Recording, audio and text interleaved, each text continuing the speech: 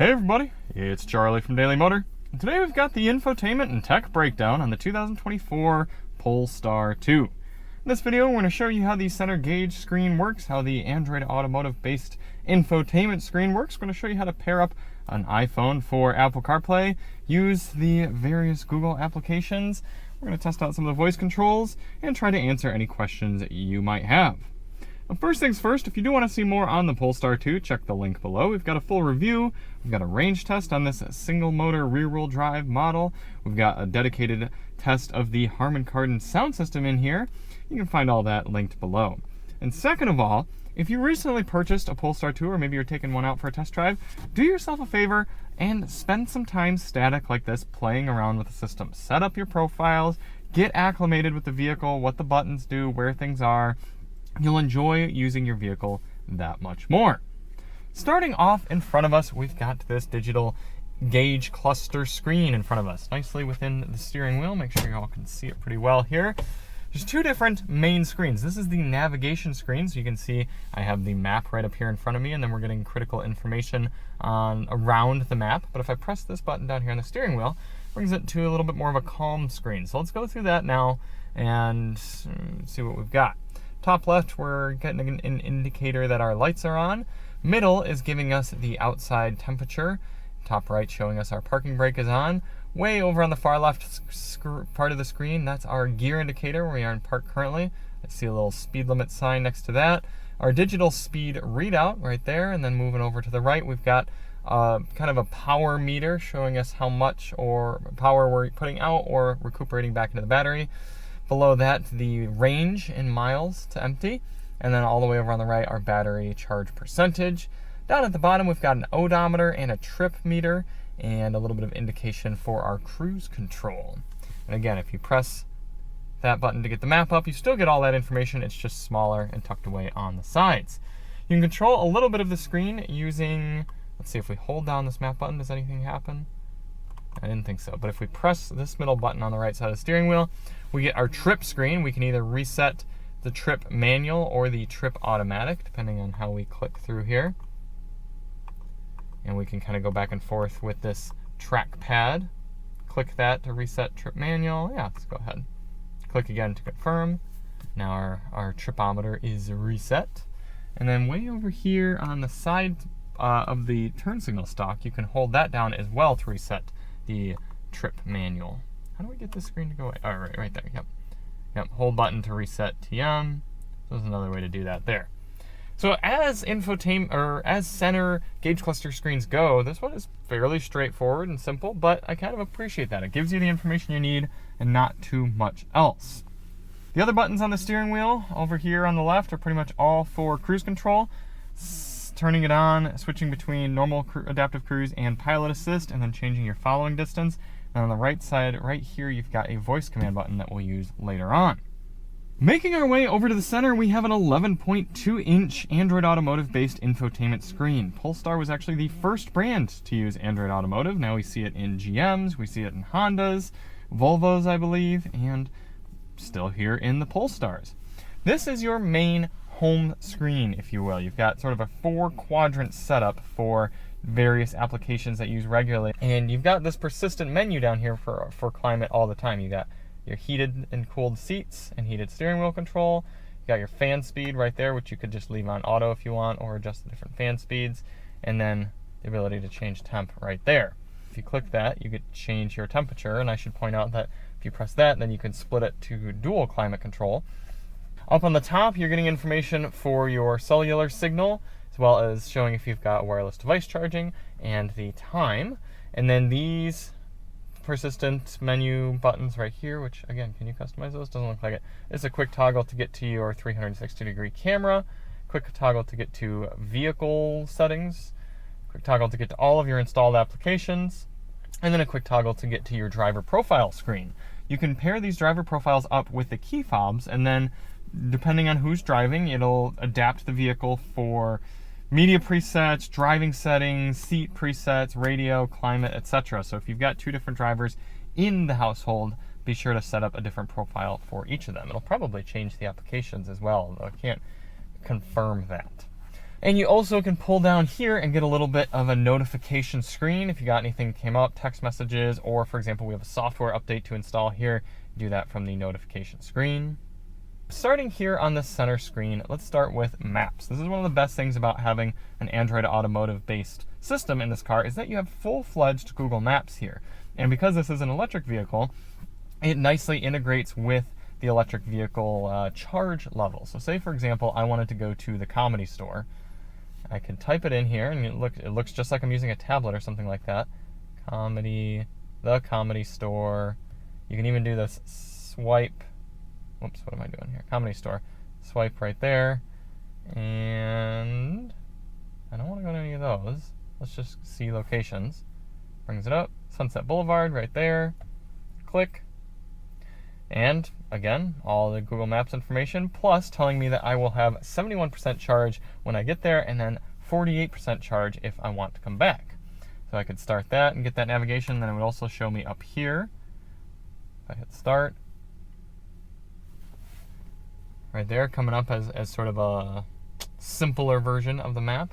And then right here, it looks like I'm just using my phone with navigation. Pretty nice there. And because this is paired up with your Google account, it has your home and it has anything that you look up on your phone, also paired up with the car as well. Very nice to have that. Look at how responsive that is. Nice pinch to zoom. You can switch to a north-faced system if you want a little bit more of just kind of a simple map. And you can even switch it to satellite view. Oh, wait, come back. There we go. Pretty nifty if I do say so myself. Swiping back to come home. Then looks like it's giving us this range assistant, and I feel like this screen is customizable, but let's just see what we got in the range assistant. So it's telling me right now kind of a range estimate, a range of range, if you will. If I drive really easily, I could squeeze it out to about 330 miles. If I drive like an animal, it might be all the way down at 150 miles. It's telling me my instant consumption right there, how much I've used over the last 100 miles of driving, my efficiency, and what's used it as well. 88% driving, 12% climate. Nice to be able to dig into those nerdy specs. It's also telling me, okay, so what are the various things? My speed is not affecting consumption too much, but my climate control certainly is. And from there you can turn on the eco climate if you want to squeeze your range out a little bit more. And this is kind of nice. You can select the range value to be shown in the instrument panel. Do you want it, let's see, what would standard be? Oh, so dynamic is adapting to real-time driving conditions, changes in speed, driving style, climate settings, and external factors. But if I switch to standard, that is kind of more Tesla style, if you will, where it just shows you exactly how much range you should have based on your battery percentage. That's pretty nice that it has both of those. Okay. Making our way back home. We've got Apple CarPlay. We're going to skip that for now. And down here is going to be your most recently used media. So if I were to switch to something like Spotify, and then come back home, then you can see Spotify is down there in the bottom right. So I bet you this top right application would change as well. Maybe, what if I do air quality? Air quality up. Yeah, okay. So you know what I'm actually realizing? And sorry, I haven't had this car for very long. Up here, these 4 quadrants are going to correspond with the 4 quadrants that you have on your home screen. So if I choose phone here and then go home, then look at that. I've got phone down there. That makes sense to me. Okay, so up here, if I were to install something like Waze, then Waze would come up on the home screen. What happens if I use YouTube? Then YouTube up there. Okay, all right, so that makes sense to me. Got it. So let's bring up these 4 screens here. Let's first take a look at the camera. You can see you got this 360-degree cam, looks nice. And you can go to individual cameras around the vehicle. So there's the front of my car, back of my car, etc. Are there any important settings from within there? Wheel guidelines and the volume of the park assist. That's nice. If you got a sleeping baby, you can turn that down. Up here in the car settings, we have the ability to change the steering feel. I really appreciate that. I like a really nice light steering, but some people might prefer standard or firm. You have the ability to turn your stability control into sport mode. That's nice. One pedal driving. You can have it off if you just want a normal coasting situation, low if you want a little bit of regen built in, or standard, like I like it, more aggressive regen. And then creep on or off. Do you want the car to creep forward as you take your foot off the brake, much like a gasoline vehicle. I prefer to have that off. Under Assist, we've got different driver support here. Do you want adaptive cruise or just normal cruise control? Lane keeping aid, you can turn that on or off. Driver alert, roadside information, blind spot monitoring, etc. For charging, you can change how much you want the battery to charge up to when you plug it in, and you can adjust the amperage at which you charge. So say, for example, you're running on a 30 amp dryer plug at your house, you might want to limit that down to a lower amperage, or maybe you're plugged in on 120 and you want to be real easy on an old house or something like that, but you can get it all the way up to 48 amps. And you can schedule your charging if you've got on and off peak electricity rates at your house. You can schedule that right there. Under More, we've got car status. This will show us if we had any warnings for the car, if any of our tire pressure monitoring was low, and show us when we need to get service. Looks like 13,000 miles until we need to bring this in. You can also put the car into a tow mode if it's broken down. Coming back under locking, rear seat reminder, so when you turn the car off, it'll remind you to check the rear seat if you put any babies or things back there. Audible locking feedback, so when you lock the car, it makes a little chirp. A few more settings for locking. If you want all the doors to unlock when you touch the car or the remote. Visual lock and unlock feedback, both for unlock and lock. Coming back, interior lights, brightness of the ambient lighting and how intense you want it to be in the mood lighting. Adjust that there. Exterior lighting, corner illumination, so as you turn, do you want the corner lamps to turn on, help illuminate. Active bending lights, the lights turn with the road, that's very nice to have. Daytime running lamps on. Triple turn signal, so when you tap the stalk like that, happens 3 times. Mirrors and wipers, fold the mirrors when locked. Exterior mirrors tilt at reverse. I actually don't care for that very much, so I'm going to turn that off. Mirror auto dimming, that's actually really nice to have, and it's interesting that you can adjust how dramatically you want the mirrors to auto dim. I've never seen that before. And wiper service position, if you need to change your wiper blades, turn that on, it'll bring them up like that, and then you can swap the blades out. Wireless phone charger, if you wanted to turn it off, you do that there, and that's actually kind of nice because this is a very valuable storage position right here, and if you want to put something like keys or credit cards, a wallet in there or something, you probably want to have your wireless device charger off. And from this screen, you can also turn off the vehicle, because typically when you just get in the Polestar 2 and sit down, it senses you sitting here, turns the vehicle on. But if you want to manually turn it off, you do it from that screen. Making our way over here now, we've got our apps screen. Any of the installed applications in the vehicle are found here. So we went into Maps, and I guess I should say that you can install more applications. If you have a Polestar 2 and you're not seeing all of these, that's because you got to log in, go here to the Google Play Store, and install whatever you want. I mean, you got HBO Max, you've got games, you've got podcasts, Waze, EV charger stations, parking pay apps. I mean, you got a lot of things you can install on here. So you're going to need to do that and customize it for your own car. Looking here at least for some of the must-have things to see in your car. Performance. This is going to give you a little G meter. That's kind of nifty that they included that in there. What else do we have? Journey log. This can actually track your trips, and this could be nice to have, say for example, if you are using this car as a delivery vehicle and you want to have all of your trips tracked, you can do that right there. Messages, you can do your text messaging right from there. And a Better Route Planner and PlugShare are both installed applications that I have. Over on this side, we have our Google Assistant. We're going to get into that more. We saw Range Assistant, then air quality. Pretty straightforward, just showing you if you have any pollutants coming through in your filter. Down here, we've got the phone application. If you're paired up via Bluetooth, you can dial in numbers. You can view your contacts and your recent calls. Very straightforward. And Apple CarPlay, we'll get to that. Then down here on the media screen, you've got your Bluetooth media player. Pretty straightforward. If you've got a phone connected via Bluetooth, you can play media from there. Here is what your radio is going to look like. All of the FM radio stations. Where's our NPR? He saw her speak last week in North Carolina. There we go. And he said she was fantastic. And if you're going to use something like Sirius XM radio, that's actually an application that's installed. That's not just getting it from the satellite, I don't believe. I could be mistaken, but I thought on this car it's an application that's actually using data to stream. And if you want to use USB audio on this car, you have to install an app. It's called Audio Wagon. You find it in the Play Store, and you can browse USB drives. Making our way down on the bottom here with this app screen, we see a little gear icon. That's our settings. We'll get to that in a moment. I showed you the Play Store, and then you also have a little manual, which is very nice. So if you want to see something like, oh, what does this symbol mean? You go in here, and it shows you the symbols. Nice to have that built into the car. All right, let's dive into the settings, see what else you need to know in there. Settings, network and internet. If you want to pair it up to a Wi-Fi network at your house, you're going to do that right there. But the car does have LTE, at least for a certain period of time. You probably have to start paying for it after some time. Bluetooth, that's how you pair up a phone for Bluetooth. Sound settings, right here, we've got different sound settings. You can see more of that in depth in our Harman Kardon breakdown. Display under trip computer, you can either change what you want to see down in the trip manual screen, either the distance, average energy consumption, or how far you've driven. And if for some reason you didn't want your odometer to show up every time, you could also uncheck that, have something else come up there. Under assistant and voice input, you can change a few settings using the Google Voice Assistant.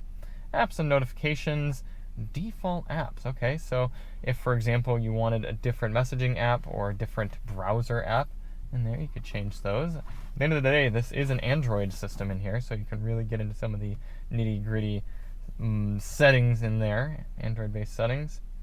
Under privacy, if you didn't want to interface with any of this stuff and you wanted to try to keep a low profile, you could turn off some of the location and permissions within there. Under Google, you can adjust a few different settings applying to your Google account there. And then under system, this is where you're going to change from different languages. Look at all these different languages we can choose from. It's not like some of the cars where it's like English, Spanish, or French. No, got a lot to choose from there. Autofill services, keyboard, you could change to add different keyboards. You could probably root this system and really get into some funky different settings and everything. Let's go to about. What sort of version of Android? Running Android 12. Okay, can we get the... No, all right. Can we turn developer settings on? Developer set options are not available in cars. Okay, fair enough. All right. And then from within here as well, under system, you can reset the entire system under reset options. That's going to be important if you go to sell your car. All right, let's take a look at Apple CarPlay now. You do have to use a cable in order to pair your phone up with the system for Apple CarPlay. So I'm going to get my Lightning adapter and a USB-A to USB-C adapter. Adapters galore here. Plug it into the left port. Take my iPhone.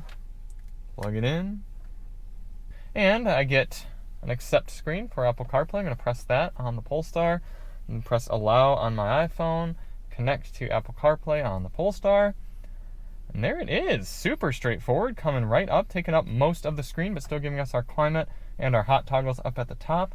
We can see this nice square format giving us our mapping right there as it's loading up. Yep, there we are. Can move that around. No pinch to zoom with Apple CarPlay in general, but that's that. So honestly, the Google Maps built into the car looks quite a bit better. Here's our home screen. Let's take a look at YouTube Music. Let's hit the Super Mix, see what we're getting.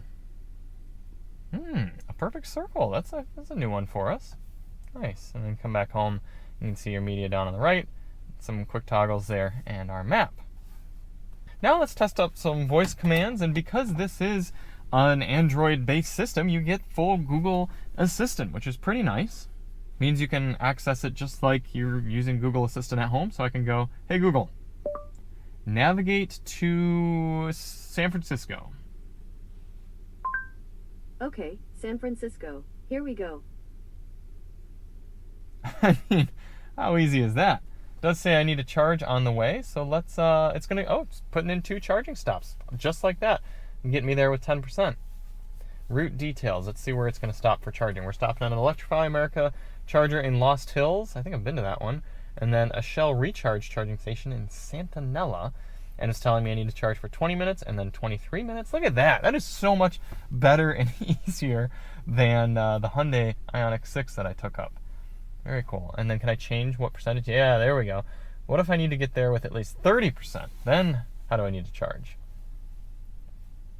Okay, same thing. I'm going to just charge out that second charger for 34 minutes. That's so cool. And I could add a stop. Say I want to hit a Starbucks on the way. Let's do it with voice. So I could either use that wake word again, or I could just press the steering wheel. Well, let's start the nav. And then, as it's going, let's say, add Starbucks to my route. Okay, there's a Starbucks 0.2 miles away. Want to navigate there? Yes. Got it. Starbucks 0.2 miles away. I mean, it really does not get any easier than that, ladies and gentlemen. And some people have been disappointed that GM's been axing Apple CarPlay and Android Auto from their new electric vehicles. But when you realize how nice it is to use that built-in system, you can see why they'd want to push people toward using that instead of using their phones. So I get it. I still want to have the options, but this is what I would choose if I could pick a system for my electric vehicle. And then, of course, you can use it for non-navigation things, such as set the climate to 70 degrees. Got it. Changing the auto climate control to 70 degrees. There you go.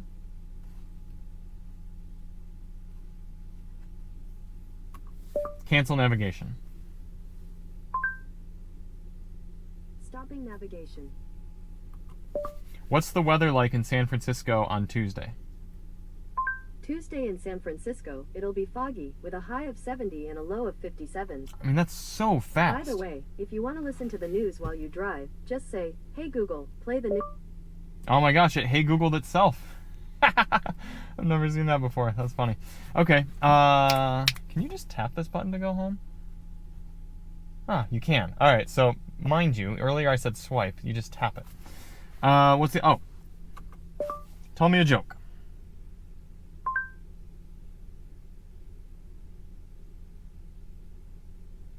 Ooh, that one didn't work. Tell me a joke. What kind of music do bunnies like best? Hip-hop. Ha.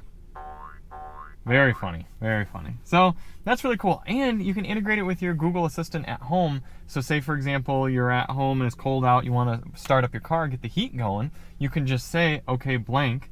And then from within your house, you'll get your car going. So very nice tech setup there. So there it is, the tech suite here in the Polestar 2. A little bit of a learning curve, but once you realize the power of the system and the simplicity of it, both hand in hand, it works really, really well. Thank you all so much for watching. If you have any other questions that I didn't get to, please ask them below. I'll try to answer retroactively. Let me know if you do own a Polestar and if you have appreciated it or been frustrated by it. And we'll see you on the next one. I'm Charlie from Daily Motor, and as always, drive on.